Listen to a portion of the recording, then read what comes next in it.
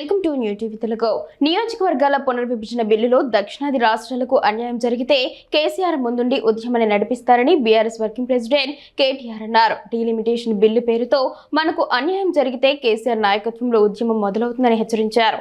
పార్లమెంట్లో ప్రస్తుతం దక్షిణాది రాష్ట్రాల వాటా 24% ఉందని, డీలిమిటేషన్ తర్వాత ఇది అలాగే ఉండాలని అన్నారు. బీజేపీ పార్టీ తెలంగాణకు ఎప్పుడు మంచి చేయదని విమర్శించారు. అసెంబ్లీ నియోజకవర్గాలు, పార్లమెంట్ సీట్లను 50% పెంచుతామని కిషన్ రెడ్డి చెబుతున్నారని, కానీ డిలిమిటేషన్ బిల్లులో ఆ అంశమే లేదని అన్నారు. కిషన్ రెడ్డి చెప్పిన ప్రకారం అసెంబ్లీ స్థానాలు 119 నుంచి 179కి, 15 లోక్సభ స్థానాలకు 26 పెరుగుతాయని చెప్పారని తెలిపారు.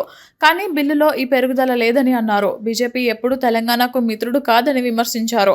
2014 ఏపీ పునర్విభజన బిల్లులోనే సీట్ల పెంపు హామీ ఉందని గుర్తు చేశారు. కానీ ఇప్పటి వరకు ఆ హామీని నెరవేర్చలేదని అన్నారు. మహిళా రిజర్వేషన్ బిల్లుకు బీఆర్ఎస్ అనుకూలమేనని, కానీ డెలిమిటేషన్ బిల్లులో మాత్రం తెలంగాణకు అన్యాయం చేస్తున్నారని ఆరోపించారు.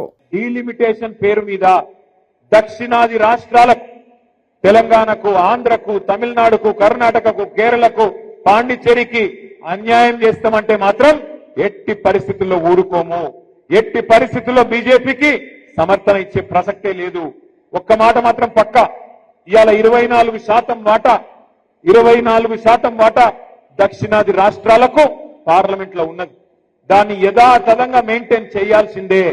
లేకపోతే మాత్రం ఎట్టి పరిస్థితుల్లో తిరుగుబాటుకు, పెద్ద ఉద్యమానికి కూడా బీఆర్ఎస్ నాయకత్వం వహిస్తుంది. అవసరమైతే కేసీఆర్ గారే ముందుండి నడిపిస్తారనే మాట కూడా నేను భారతీయ జనతా పార్టీకి, కేంద్ర ప్రభుత్వాన్ని కూడా చెప్తా ఉన్నా.